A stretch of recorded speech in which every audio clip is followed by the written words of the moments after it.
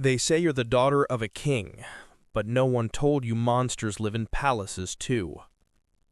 That morning, all you wanted was to bake bread for your brother. He called your name softly enough to make your skin crawl. And in that moment, you didn't realize the door behind you had just locked. Sunlight poured through the window, warm, gentle, like every other day. You lived among prayers, in a world that felt completely safe. You thanked God for peace, for a life you never thought could break. Then came the knock. Prince Amnon is ill. He's asking for you. You nodded. He's your brother. What could possibly go wrong? You gathered flour, oil, and a tray, kindness steady in your hands. The hallway stretched long, the light slowly turning from gold to gray. You didn't know your morning was walking you toward the end of it. You stepped into his room, tray in hand, head bowed like always. He looked at you and didn't look away. You smiled, trying to shake off that uneasy feeling. You started kneading the dough, each motion a quiet prayer. From his bed he watched. His eyes weren't sick anymore. You told yourself, he's just tired, don't be paranoid. But a shadow stretched across the floor and across you.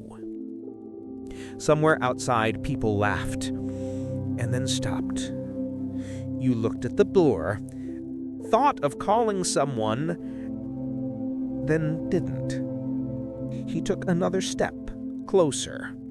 The wood creaked beneath his feet. You forced a smile, but every heartbeat screamed. Then he said it.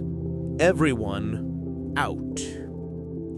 No one questioned him. They just obeyed. The door closed. Slow, heavy, final. You turned around. He was still there, but the light in the room was gone.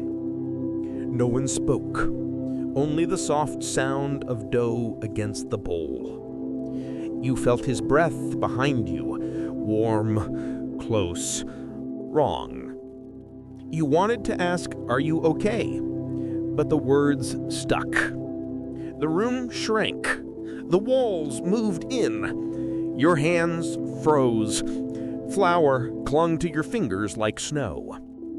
The silence became too thick to breathe in. Every step he took made the floor groan like a warning. You turned and saw in his eyes nothing human left.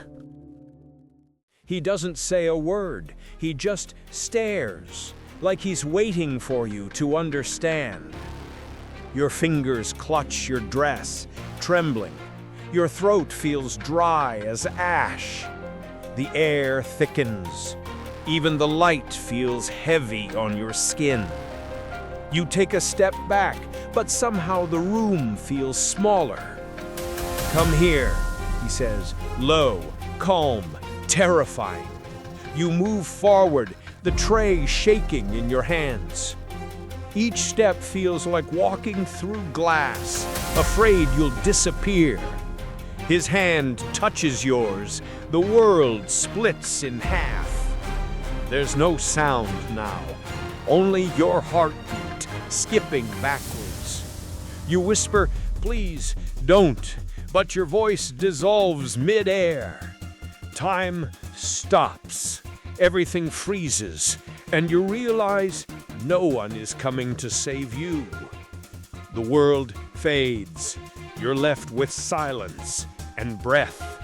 No light, no air, just a void pressing in on your chest. You sit there trembling, staring at nothing. You don't cry. Your tears dried into salt before they could fall. You reach for something to hold on to, but there's nothing. He turns away, no words, no apology. You wait for him to say something, anything, but all he says is, go. You stand up slowly, like your body doesn't belong to you. The door opens. Light hits your eyes. It hurts. You walk out. The world looks exactly the same. Only you aren't. Your steps shake. You walk like you're learning how to live again. Each breath feels like a confession no one asked to hear. You stop in the hallway. Light flickers across the floor. The sunlight isn't warm. It burns like a wound. Your heart still beats, but not for you anymore. There's flour on your hands, the same hands that once made food for love. Now all you want is to wash them clean. You touch your neck. It doesn't feel like your own skin. You think someone will ask, but they don't. You try to say his name, but the word falls apart. The palace feels endless. And for the first time, you realize how small you really are. You walk past people who used to know your name. Today, they don't even look at you. No one stops.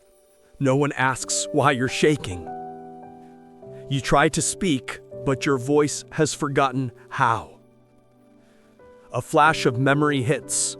His hand, his eyes. Then it's gone, leaving a bigger hole. You try to smile, but your face doesn't remember how. The wind slips through your torn dress.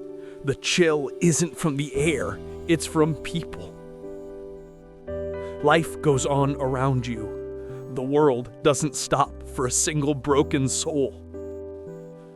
You think of your father. He'll believe me. He has to. But the words die before they reach your mouth. Every gaze turns away, like shame is something they could catch. You stand in the courtyard. The sun touches everything but you. And in that silence, you realize some pain doesn't have a name. You run, not sure where, only that you need to get away. Each breath cuts, but you keep moving. No one calls your name, only the wind answers. Then a door you know, familiar wood beneath your hand. You knock, once, twice. You barely have the strength. The door opens, and there he is, Absalom.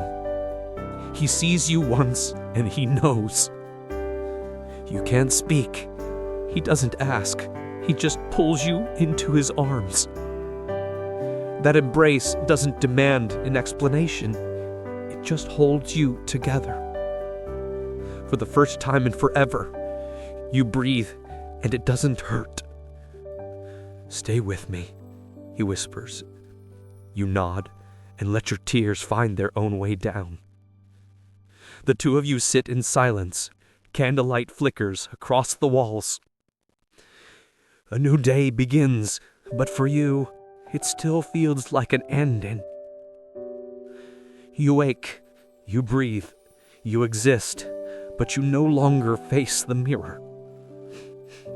Birds sing outside, but you only hear the quiet between the notes. Some days you wonder if you're just a shadow wearing skin. One night you whisper into the dark, Lord, do you still hear me? No answer, just a gentle wind brushing your cheek. You close your eyes and your heart remembers how to beat again. A small light drifts into the room, bright enough to see your hands. Then a voice, warm, distant. I'm still here. Your eyes open, wet but shining. No one else is there. And for the first time since that day, you know you're alive. Radiant, peaceful, like dawn breaking. One day, Absalom comes to you and says, justice will come.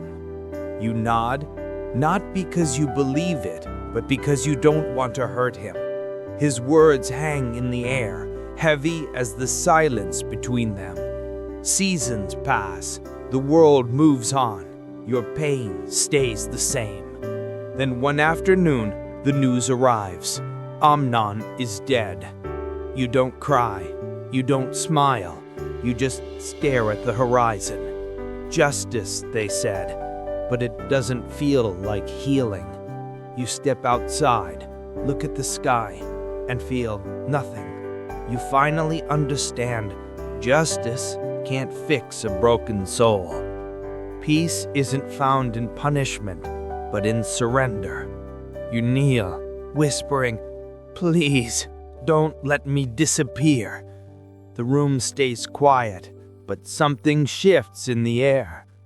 Then a voice, soft, sure, "I still see you." You look up, light spilling across your face, tears glowing like glass.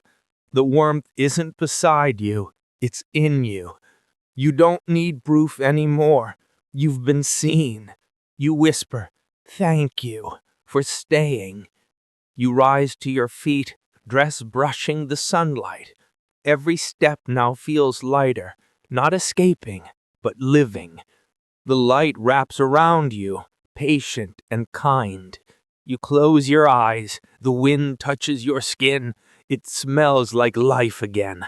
And his voice says, "They can take your honor, but never your worth." Tears fall again, but this time they mean freedom. You reach out, not to grasp anything, but to release.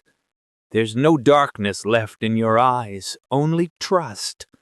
You don't need to be remembered. Being seen is enough. The world may forget your name, but heaven never will. The light no longer burns, it heals. You step out of the house, morning sunlight floods the ground. Each breath feels like a thank you don't need to say. The breeze lifts your hair, you let it carry everything away.